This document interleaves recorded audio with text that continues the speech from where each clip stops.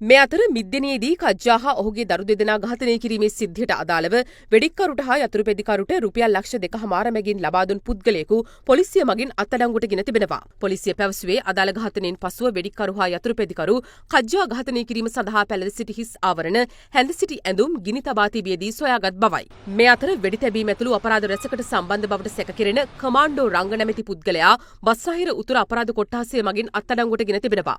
සහකාර police අධිකාරී රොහාන් ඕලුගල මහතාගේ අධීක්ෂණය යටතේ සිදු කළ විමර්ශනවලින් අනතුරුව සැකකරු අපරාධ සඳහා භාවිත කළ බවට සැකකෙරෙන රිපීටර් වර්ගයේ ගිනි අවියක්ද සොයාගත් බවයි පොලිසිය පැවසුවේ. පසුගියදා මිනුවන්ගොඩ ප්‍රදේශයේදී කෙහෙල්බද්දර පද්මේගේ සමීපතමේකට වෙඩි තබා තුවාල සිදු කිරීමේ සිද්ධියටද සැකකරුගේ සම්බන්ධයක් ඇති බවට පොලිසිය සැක පළ කරනවා.